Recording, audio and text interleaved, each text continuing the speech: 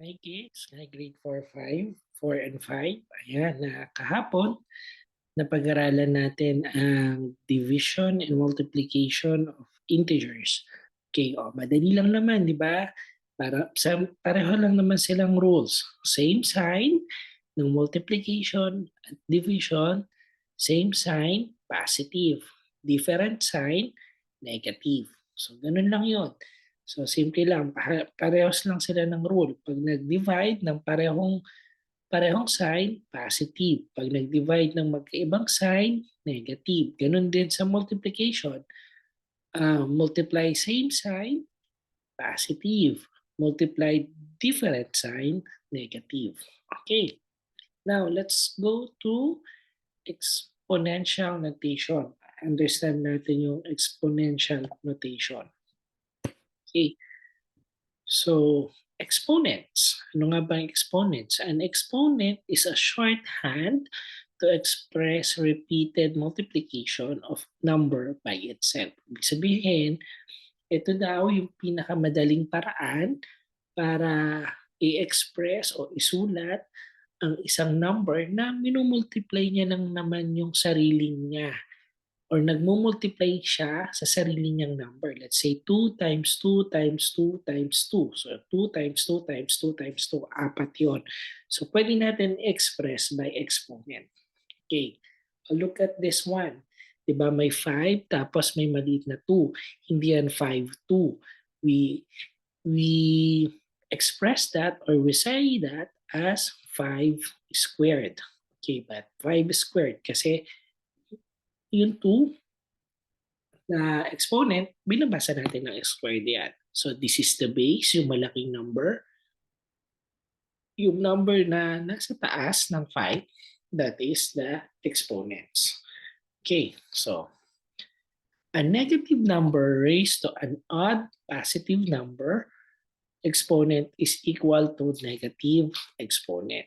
So pag odd number siya, let's say 5 to the negative 3, or negative cube, that is negative exponent. Anyways, another information lang to, hindi naman to lalabas yung negative exponent, just to have additional information. Okay. And then, when an exponent is 0, as in 6 to the 0 power, kasi nga bakit 0 power ang bigkas natin? Kasi exponential or power tables or power exponents ang tawag natin dyan. Pag 6, then 0 ang exponents, that is always equals to 1.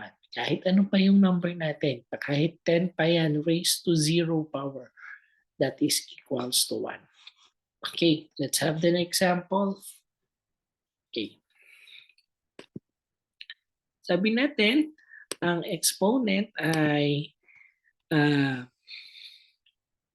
it's a shorthand to what? To multiply the number by itself. Let's say 5 squared. Unahin natin yung example natin kanina, 5 squared. Ayan.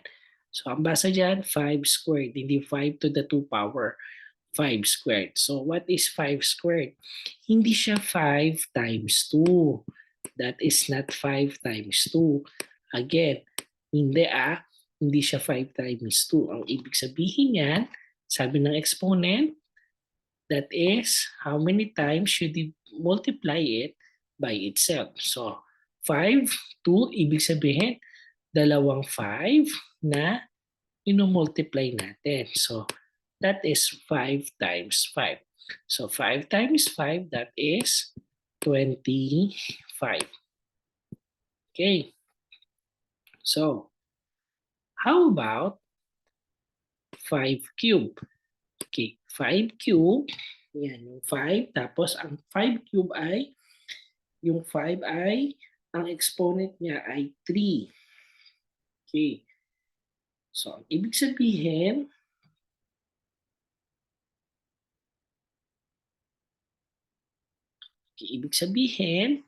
ng 5 cube, may tatlo kang 5 na minumultiply. Ibig sabihin yan, that is 5 times 5 times 5. Yan. So that is equals to 5 times 5, hindi yan 15 kasi hindi naman natin ina-add yan. So 5 times 5, that is 25. 25 times 5, that is 125. Okay. Kuha ba? Okay. O sige, doon muna tayo sa maliit na number. Yan. Let's say we have 2 to the 4th power. Ayan, 2 to the 4th power. Ibig sabihin, may apat tayong 2 na minomultiply. That is 2 times 2 times 2 times 2. Okay, so that is not 2, 4, 6, 8. Hindi natin binibilang na ganun yan. So 2 times 2, that is, okay, 2 times 2, that is 4. 4 times 2, that is 8. 8 times 2, that is 16. So 2 times 2 times 2, or 2 to the 4th power, that is 16. Okay, nakuha ba? Okay, that is 16. How about, let's clear this one. Another example. How about 2 to the 5th power? 2 to the 5th power, ang exponent niya ay 5. Ibig sabihin, may 5 2 tayo na makikita, okay, na i-multiply natin. Siyempre. Okay, hindi yan 10 ha.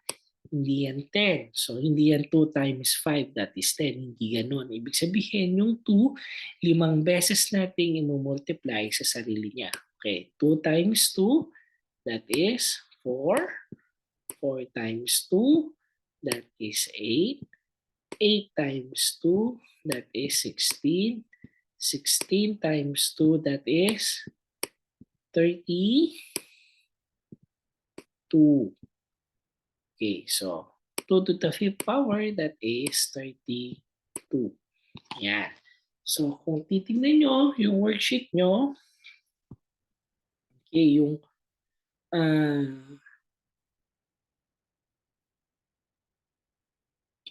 yung worksheet nyo ay merong exponent table dyan. Yan. Page 6. Ayan, nandyan yung exponent table. Yan. I give you that early. Sana na-review nyo at nakakabisado nyo. For your reference yan, yung power tables from 1 to 10. So kids, magandang pag-aralan to kasi pagdating nyo ng grade 6 ng high school, yan, lagi nyo tong ma-encounter.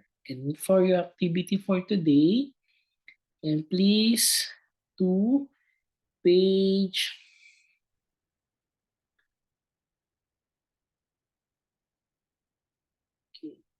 6, 7, 8, 9, 10.